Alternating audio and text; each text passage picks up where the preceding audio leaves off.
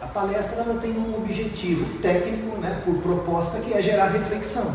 A gente sabe que a reflexão gera uma conclusão.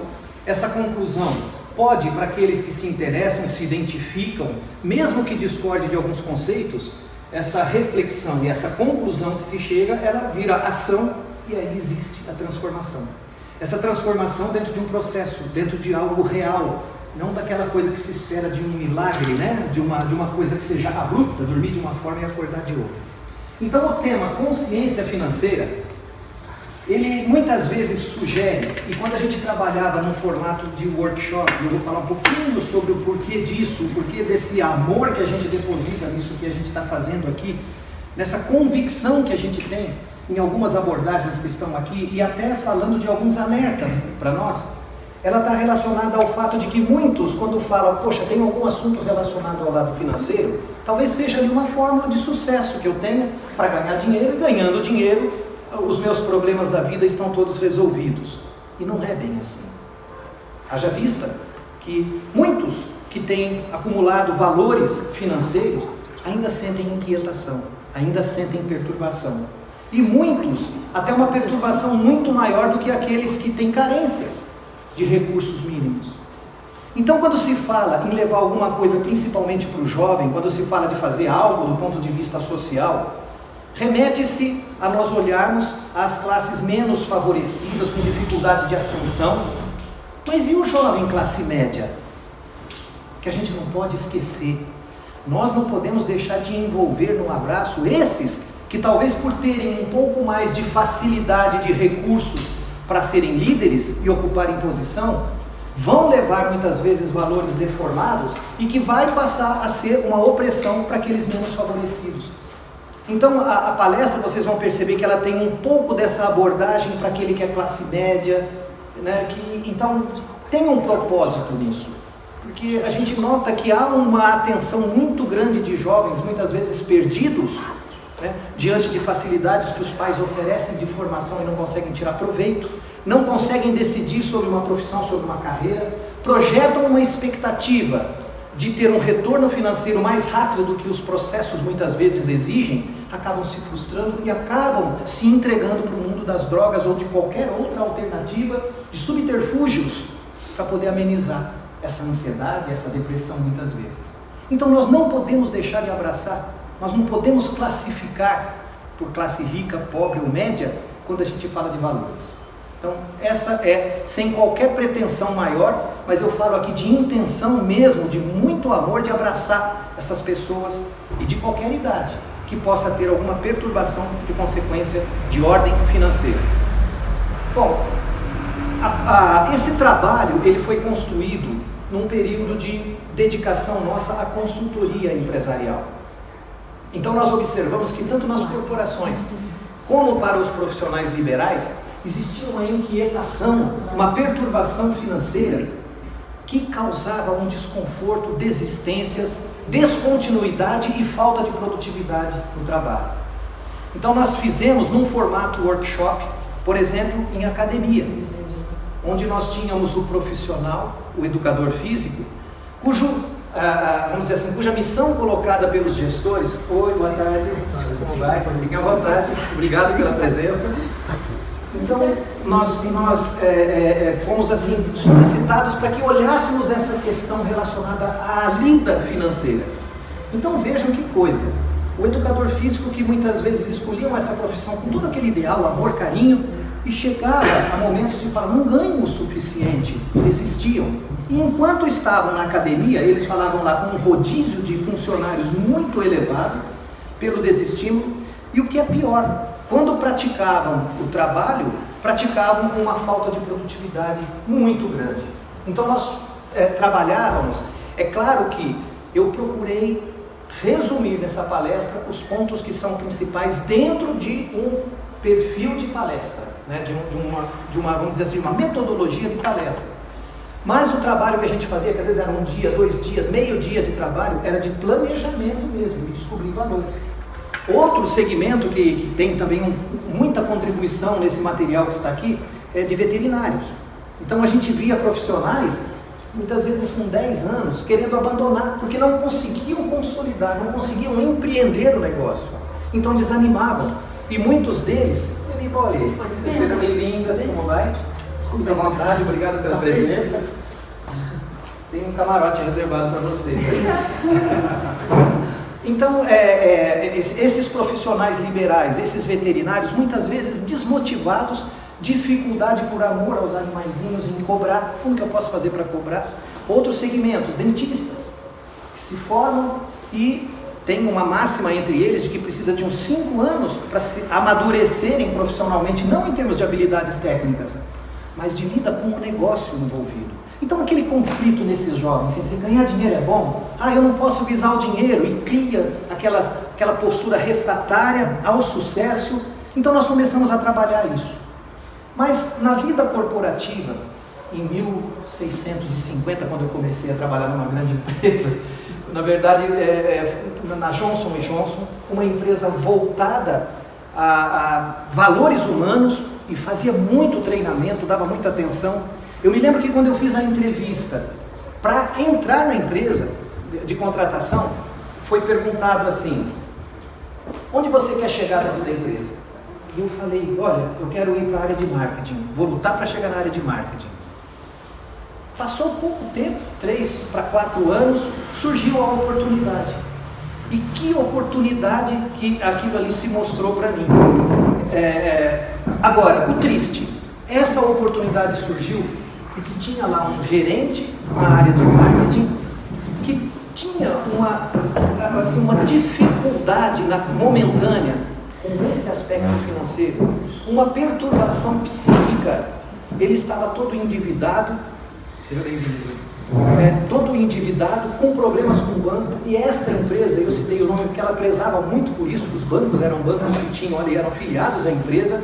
Então quando tinha algum problema de crédito na praça, eles já passavam para o RH, e muitas vezes o RH falava: pede para a pessoa se equilibrar ou não vai ter jeito, porque é uma coisa assim, muito ligada ao nome de quem representava a empresa, né?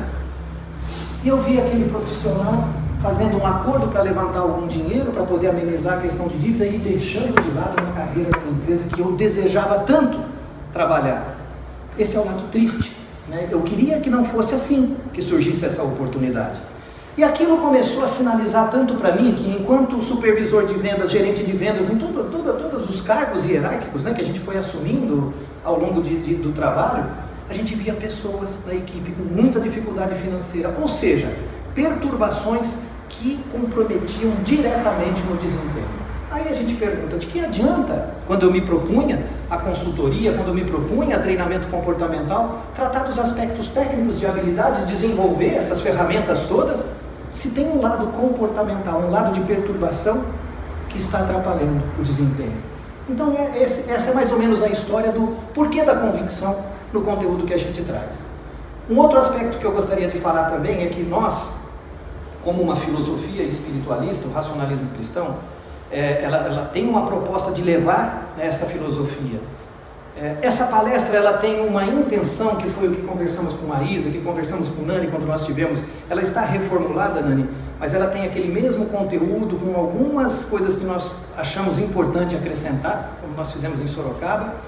Ela não tem aquele formato de levar conteúdo do racionalismo para que depois, dentro da reflexão de cada um, se faça o desdobramento disso na vida. Então, a gente está trazendo uma coisa lá de fora, uma coisa muito mais pragmática em relação ao dia a dia, e acrescentando a espiritualidade, porque aqui, dentro de uma casa do racionalismo cristão, aí sim a abordagem fica completa, porque a gente pode também incluir essa abordagem espiritualista, que é lógico, né? No dia a dia a gente não atua assim, a gente respeita, né? E a gente também nem pode ficar trabalhando de uma maneira aberta. Aqui nós temos esse complemento. Por essa razão, eu diria que é onde eu deposito a convicção, espero não frustrar, né, em relação à expectativa que vocês têm. O tema consciência financeira traz aí uma proposta, né, de refletirmos sobre o que nós podemos fazer para que problemas financeiros não se transformem em perturbações psíquicas. E aí, eu quero remeter pela formação em ciências econômicas. Eu me lembro que foi uma das primeiras recomendações dessa obra, A História da Riqueza do Homem. É como se fosse uma base de estudo para quem se interessa pelo comportamento humano, de onde decorrem os ciclos econômicos. Então eu reproduzi praticamente com as mesmas palavras o que na parte introdutória do livro eles trazem. Então ele remete o autor, Léo Huberman, que os diretores de filmes antigos, eles costumavam fazer coisas estranhas. Então, por exemplo, cenas de pessoas apressadas, descendo do carro, saindo do carro, descendo de carruagem, toda aquela movimentação, mas não pagavam o motorista. Você não via cenas exploradas dessa troca, né, de um pagamento por um serviço prestado. Outra abordagem do livro na sequência, faziam tudo o que precisavam, mas sem pagar, né? E poucos indícios existem nas histórias contadas nas mais diferentes formas, escritas em filmes, sobre quem produzia. E aí, um ponto importante, né? Armaduras, para quem gosta de filmes medievais, elas não crescem em árvores. Isso é abordagem do próprio livro, né? Não estou acrescentando, né? E alimentos, eles crescem. Aí nós colocamos uma pitadinha em cima. Porém, mesmo crescendo em árvores, precisa quem cuida, quem colha, quem distribua. Então existe um esforço empregado e uma recíproca. E essa mentalidade, esse comportamento, né, de tudo que a gente vai assistindo, que vai impactando a nossa formação, elas vão criando uma sensação de que a vida não tem custo. Aí aparece aquele serzinho iluminado na nossa vida, né, e a gente cai de quatro e nós passamos a fazer tudo por eles. E eles, até uma determinada idade, também não têm essa percepção de que as coisas custam. E aí vão crescendo. E quando pedem alguma coisa, quando vai para um lado de consumo, seja ele o básico, seja o exacerbado, tem aquelas frases que a gente ouve.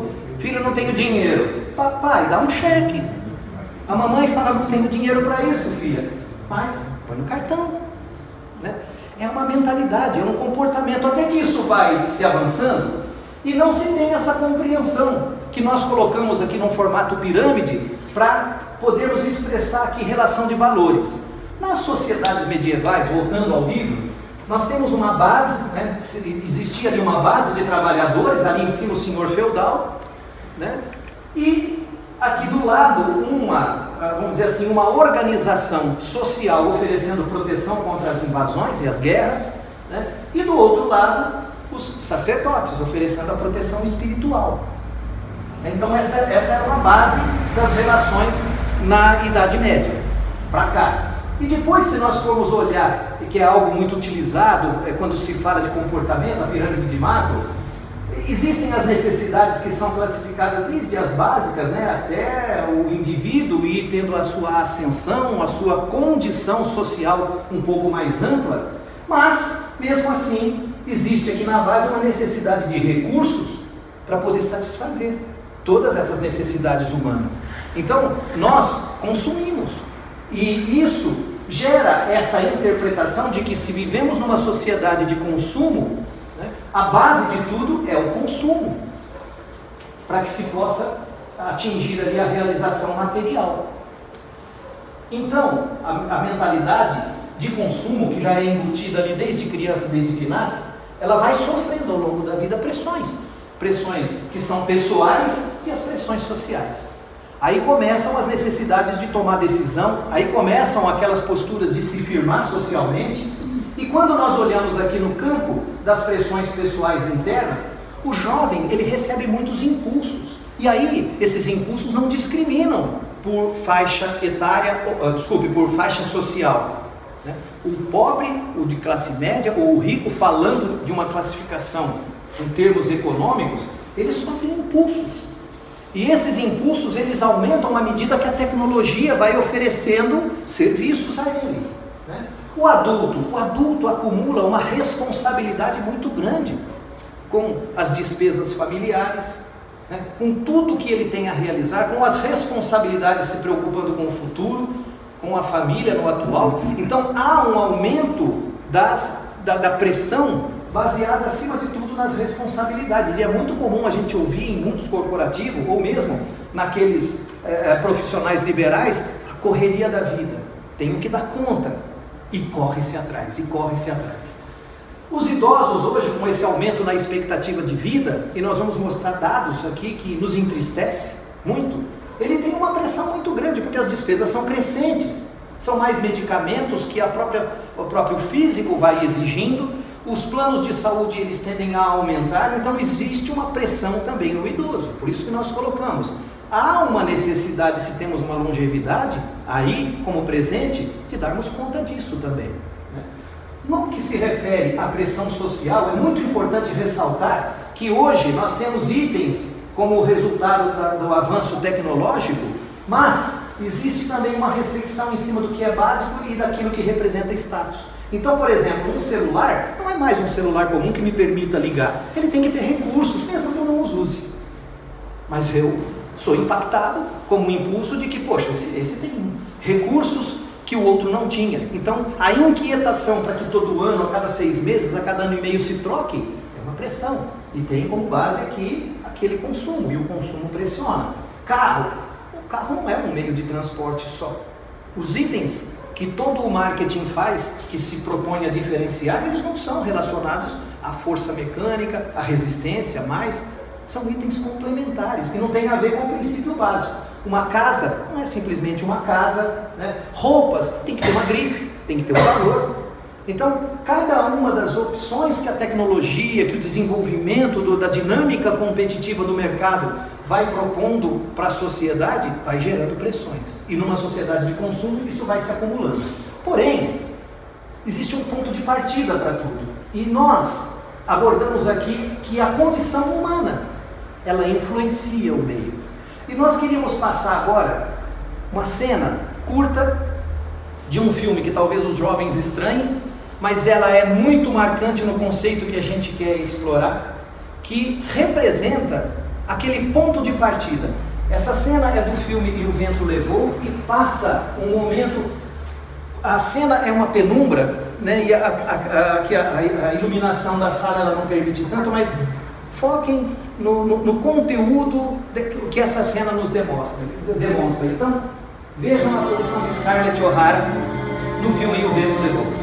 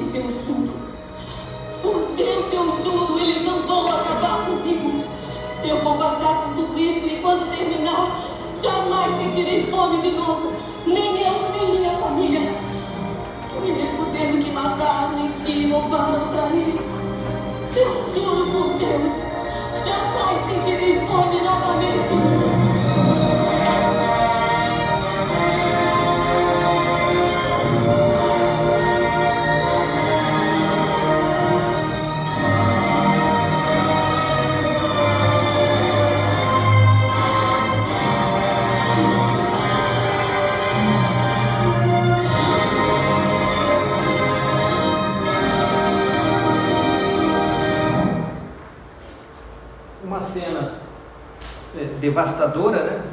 De guerra, levando à fome.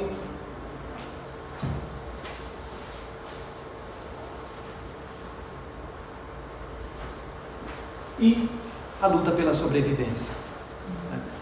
Agora, façamos uma reflexão. Quando a gente olha os grandes centros hoje urbanos, quantos não sentem fome?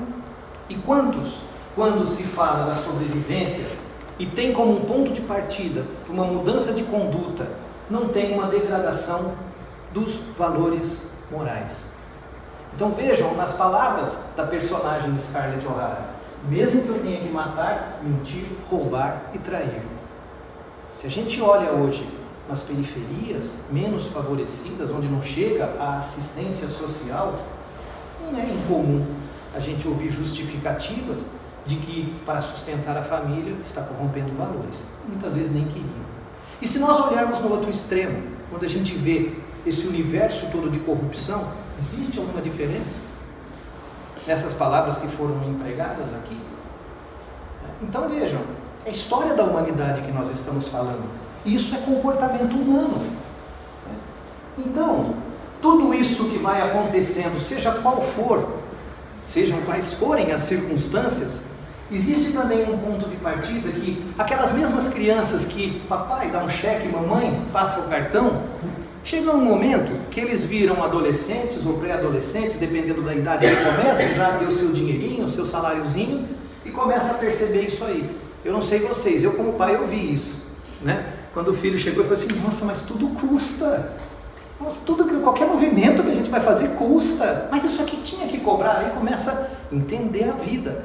Só que, quando é um choque, quando esse choque de realidade bate, que pode ser também um ponto de partida para uma mudança de atitude e postura diante da vida, se não tiver os valores, como fica o comportamento a partir daí? A partir disso? Então, é sobre isso que nós queríamos falar. Que, independente das razões que são inúmeras, elas acabam fazendo com que interpretemos a vida como consumo. Somos uma sociedade de consumo e para tudo que eu preciso. Para a educação, eu preciso consumir, eu pago. Para ter uma precaução em relação à saúde, eu preciso consumir plano de saúde. Eu preciso me preparar para um concurso, eu tenho que consumir o curso preparatório. Então isso vai criando aquela frieza, aquele distanciamento das coisas puramente humanas, né? Então nos tornamos aí consumistas. Vejam a diferença, uma sociedade de consumo e o momento em que nos tornamos consumistas. Aí vem uma pergunta, nós vamos remeter um pouquinho a conceitos da ciência econômica, né? É possível satisfazer todos os desejos? Boa tarde. Tudo bem. Boa tarde aí, por favor. É possível satisfazer todos os desejos ou as necessidades de consumo? Então, aquele conceito econômico básico, né, de que as necessidades humanas elas são ilimitadas e os recursos para satisfazê-las são limitados. Definição, uma das definições de que ciência econômica ocupa-se de administrar então recursos escassos. Quem começa a trabalhar numa empresa começa a fazer essa lida em qualquer área. Nessa é uma área de produção, ele sabe que tem insumos que são findáveis, esgotáveis, e começa a se usar a tecnologia para descobrir alternativas que substituam, né? Quando se fala de recursos financeiros, a mesma coisa, né? Então vamos lá, duas reflexões que a gente faz em determinados momentos da vida, diante desse contexto todo. Uma delas, aquela reflexão lá da infância, que você vai ser quando crescer. E aquela reflexão que poderia ou deveria ser feita, uma vez que nós estamos ficando mais longevos, o que você quer ser quando envelhecer? Essa segunda reflexão, a geração de hoje, que está aí na sua faixa de 40, 50 anos de idade, não fez.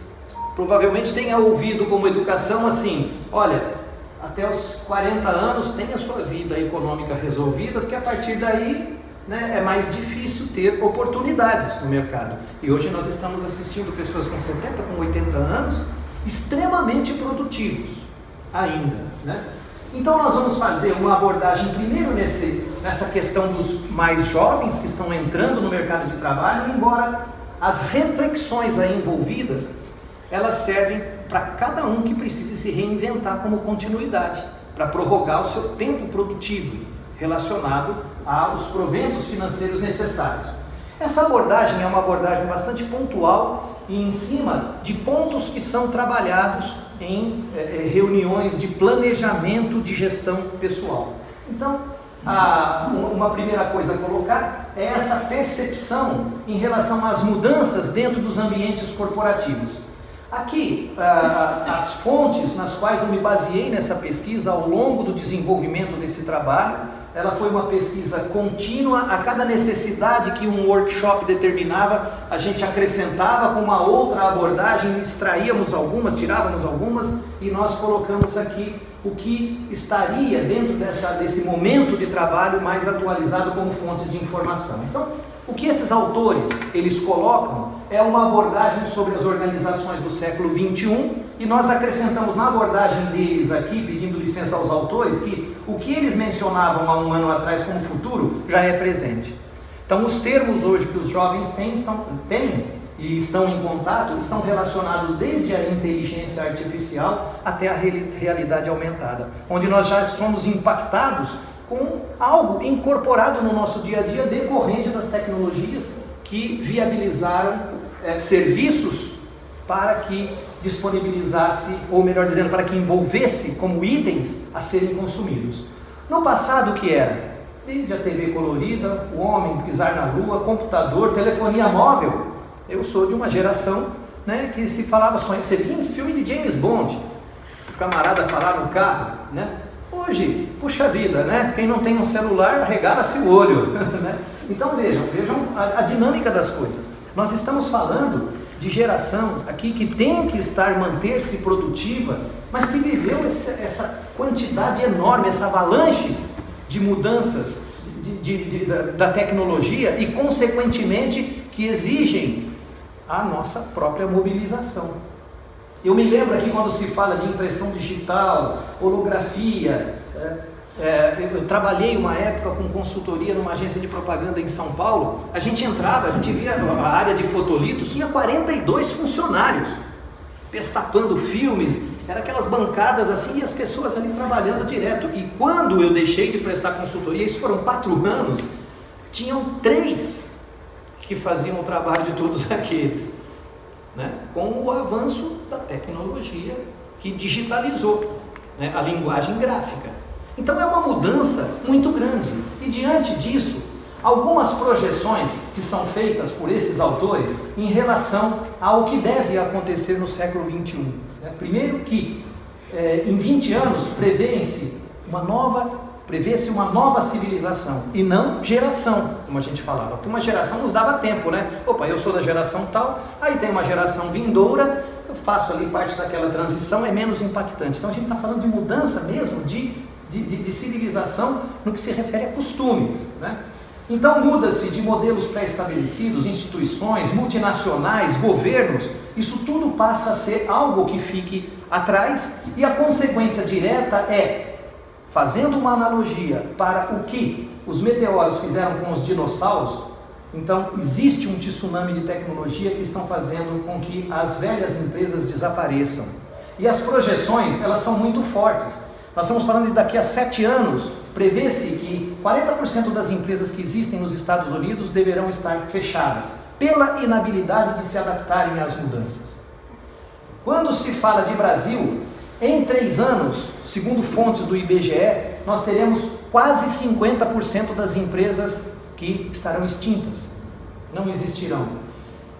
Em 2025, para colocar uma base comparativa com a anterior, nós teremos 70% das atuais empresas que deixarão de existir. Então são dados significativos para quem toma decisão profissional hoje, ou para quem está com uma profissão, que possa se sentir seguro, né? Mas a proposta, é o termo que a gente trabalha quando a gente tem o tempo, é o que fazer com tudo isso, ficar assustado, ficar impactado, né? E nem o objetivo da palestra é criar esse impacto, ao contrário, né? Se nós prevemos aí uma situação difícil, existe também uma transformação, que vai determinar o aparecimento de novas empresas. E essas coisas de mudanças, né, nós temos que entender sempre, isso aqueles próprios autores colocam, que os meteoros acabaram com os dinossauros e isso fez com que os mamíferos sobrevivessem. Então estamos aqui por conta dessa catástrofe toda que aconteceu, né? Então sobreviverão aqueles que não se envolvam com algo que é muito comum, que se por um lado existe o pânico, mas o pânico quando não existe uma ação, quando não existe um projeto e um plano, e esse plano é o que é importante trabalhar, ele pode ser como consequência desse fenômeno chamado viés da normalidade, que faz com que pessoas inteligentes e esclarecidas, ou seja, bem informadas, a subestimar as possibilidades dos desastres e das suas consequências. Quando a gente fala de aspectos profissionais, nós estamos falando daqueles que se acomodam, que não querem se atualizar, que não quer migrar, acha que está bom e vejam a velocidade que as coisas estão acontecendo. Então nós não falamos aqui só de um jovem que escolhe uma profissão. Porque quando a gente fala do jovem, sabe-se hoje que em muitas das áreas, quando se começa uma faculdade projetando-se 4 ou 5 anos de duração, a mudança é de tamanho impacto que quando se passa 2 anos, as coisas que começou a se estudar já mudaram totalmente, radicalmente. É como se estivesse fazendo 2 ou 3 faculdades no mesmo período que é previsto para encerramento. E se a gente for analisar que as instituições de ensino estão ou não preparadas para acompanhar e levar essa atualização, né, nós temos que chegar a uma conclusão de que, no mínimo, eu tenho que ficar antenado quanto a essas coisas que acontecem, né, com aquela carreira que é escolhida. E esse viés da normalidade, que faz com que as pessoas acham que o que nunca aconteceu, nunca acontecerá. O fato real que esses autores trazem é que 2.000 vidas poderiam ser preservadas se tivessem aceitado a possibilidade que os recursos tecnológicos apontavam em relação ao furacão Katrina, que dizimou 2.000 pessoas e que, se tivessem acreditado nisso, poderia ter sido evitado. Então, aquelas questões que a gente vê no filme Tubarão, né? Tem tubarão comendo pessoas aqui na praia, aí vem lá a administração e fala, não tem perigo, né? Enfim, então, por um lado tem o distúrbio, mas por outro lado tem a negligência também. Falando ainda das organizações do século XXI, uma abordagem muito interessante, né, para que aqueles que se envolvem com a mídia e ouvem falar de crise, né, que a crise ela é de origem econômica e política, mas se nós não somarmos a isso a crise decorrente da não atualização e acompanhamento de tudo que se muda, nós não estaremos considerando que crise é o fim de um modelo e o início de outro. Quantos não se reinventam? Quantos empreendedores não conseguem se fortalecer e se consolidar em cima da crise? Eu me lembro que eu trabalhava com uma empresa quando nós estávamos com a nossa economia estável e a gente visitava comerciantes e muitos já estavam assustados com a crise. Eu me lembro que eu fui trabalhar no campo, ali na região do ABC, e naquele período as estatísticas mostravam que tinham fechado 36 lojas de suplementos nutricionais. E você conversava, as pessoas assustadas, a crise não tinha batido ainda e as pessoas já estavam estagnadas. Mas ao mesmo tempo a gente via pessoas comprando essas lojas. Então você conversava com alguns, eles estavam acreditando, comprando, diversificando, investindo, porque criaram uma reserva, enquanto outros desistindo e se entregando a alguma coisa anunciada em relação à crise, deixando de passar por esse processo de transformação, né? Então, nós fechamos essa parte da abordagem falando de transformação, que estamos vivendo um momento de transformação da economia tangível para a economia intangível, da economia de posse para um modelo de uso. E eu nós estamos com um cliente que tem base operacional em Israel, e quando eles abordam o modelo dos kibbutz lá de Israel, é uma coisa extraordinária. Eu estou esperando a oportunidade de ir lá conhecer. Imagina uma sociedade onde tem ali dentro daquele kibbutz uma quantidade de veículos, de automóveis à disposição daquele que pega uma chave, como são essas bicicletas do Itaú, hoje aí, patrocinadas pelo Itaú. Eles pegam um carro, utilizam, deixam num determinado ponto e ali fica todo um histórico registrado de preservação de um patrimônio que é da sociedade, né? Um engenheiro que se cansa da profissão, ele, olha, eu gostaria de ser operador de máquina. Ele vai ser operador de máquina e vai conseguir ter o mesmo nível de renda que ele se mantém. Então, alguns brasileiros que foram para lá, é um choque muito grande de realidade, né? Mas que não querem mais sair de lá, porque eles já estão, eu não estou falando de adiantamento, não estou propondo aqui modelo, mas eu estou falando de coisas que vão acontecer nos costumes, mesmo dentro de uma sociedade de consumo, né, que nós vivemos hoje. Do poder centralizado para um poder de rede, isso já é uma realidade, da padronização para a diversificação, da massificação, aqueles que se acomodaram com uma empresa em produzir em quantidade, para a customização. Para se customizar precisa entender comportamento, necessidades, da era digital para a era pós-digital. O que quer dizer isso, né? Aqui nessa geração se falava, nossa, eu preciso aprender programação, né? Hoje não se fala mais disso, hoje é uso. Hoje existe uma simplificação de uso que significa estar atento à utilização do que a tecnologia é disponível. Isso é um ponto muito importante, que é essa parte de mentalidade de ser empregado para uma mentalidade de ser um microempreendedor individual. E nós colocamos ali, seja dentro ou fora da empresa. O empresário, ele tem uma visão hoje que ele precisa ser produtivo. Ele também passa por tudo isso que nós falamos. Então, cada vez mais a produtividade vai contar. Seja essa produtividade para profissionais autônomos, seja para aqueles que estão dentro de uma empresa. Por que isso? Quem hoje se sente estável com o registro em carteira profissional. Então, aquela questão de refração, de luta de classes, isso está aí, né? Todas as estatísticas mostrando que tende a acabar por uma questão mesmo de sobrevivência do modelo. Então não é nenhuma questão de opção. Diante disso tudo, dessa reflexão em relação a tendências, a carreiras, a propostas, existe algo determinado como um fator crítico de sucesso, ou seja, um ponto muito importante que é ter foco em qualquer fase da nossa vida produtiva. E essa abordagem aqui do Daniel Goleman, que é o mesmo que desenvolveu o conceito da inteligência emocional, ele traz uma abordagem muito importante, relacionada ao foco, que é focar não é apenas selecionar a coisa certa, mas também dizer não às coisas erradas. Então, num processo de escolhas, muitas vezes, quando se escolhe uma carreira, quando se toma uma decisão de mudança de emprego, então foca-se aquele sonho, aquele delírio. Mas é muito importante tirar aquilo que é perecível. Se estou numa carreira que tem uma tendência de continuar, se essa carreira, se essa atividade que eu desempenho, ela tem uma tendência a mudar, ou eu mudo junto, ou eu vou ser expelido desse sistema. Então, muitas vezes, essa abordagem é importante para tirar aquela sensação de medo que muitos têm, achando que a crise econômica e a crise política vai acabar com todas as oportunidades e com todas as possibilidades que nós temos. Então acaba saindo do foco, acaba focando um cenário, um medo, um pânico e deixa de se especializar, deixa de focar suas energias para uma preparação, para a transformação. E depois é muito cômodo, né? Perdi emprego, estou com dificuldades por causa de uma crise econômica. Essa talvez seja a consequência mais danosa de uma crise econômica num país. Essa abordagem é uma abordagem que nós trabalhamos detalhadamente com profissionais autônomos. E eu peguei um exemplo aqui, que é um modelo, é claro que tiramos os números, tiramos as identificações, porque aqui é uma passagem rápida sobre o conceito. É aquela maneira de ver um negócio para um recém-formado, e aqui nós pegamos do segmento veterinário. Se forma e aí fala, bom, preciso montar uma clínica ou um consultório. O que vai se fazer? Quanto que eu vou pagar de aluguel, água, luz, telefone, atendente, o que eu vou ter que mobilizar de capital, isso vai me dar uma despesa X. Não é isso que acontece? Qualquer negócio. Quem vai montar uma loja, quem está numa loja, vai mudar, vai montar uma outra loja. Então faz-se um projeto econômico.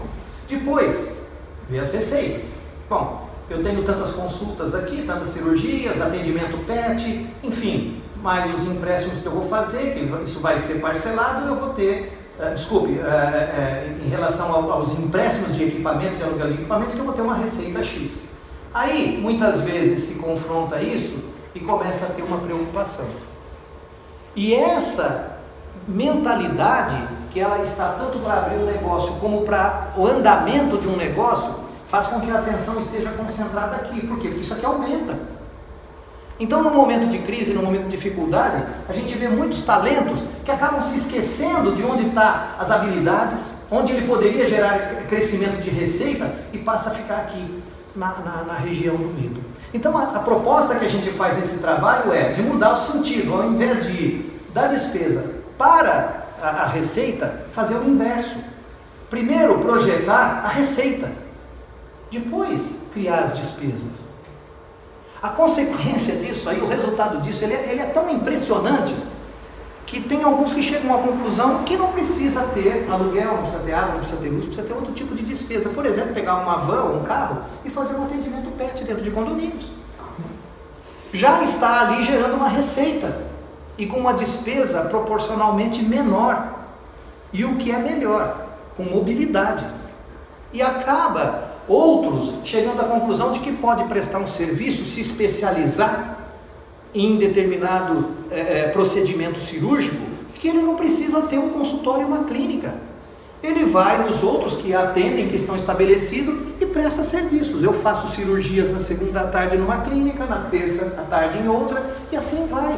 E ele faz um atendimento móvel. Isso, no segmento de odontologia, há muitas conclusões nesse sentido. E que acaba tirando aquela frustração de ter lá investir em equipamentos, investir em despesas e depois falar, puxa vida, eu tenho um contrato de 1 ano, 2 anos, 4 anos, com um ponto comercial, estrangula-se porque não tem a receita e acaba desistindo da profissão. Onde está o talento? Onde estão as habilidades? Onde estão a projeção de todo o sonho que tiveram quando escolheram uma profissão? Entende qual que é a grande perda aí? As atenções ficam aqui nas despesas. Eu não ganho o suficiente para isso. Então existe um ditado, né, popular que é assim, né? O pai falava muito isso aí. Primeiro se ganha, depois se gasta. Ora, por que quando a gente olha negócio a gente faz diferente? Sai gastando. Né? Então essa é um exercício de mudança de comportamento decorrente de uma forma de pensar que ela pode não estar adequada. Aí alguns até aparecem esses casos. Não, mas tudo bem, mas meu pai tem uma clínica. Ou meu pai pode me dar um aporte financeiro. Mas e se perde o pai? Né? Então, de toda forma, é o desenvolvimento de uma postura diante da vida que é assim, eu preciso ser independente.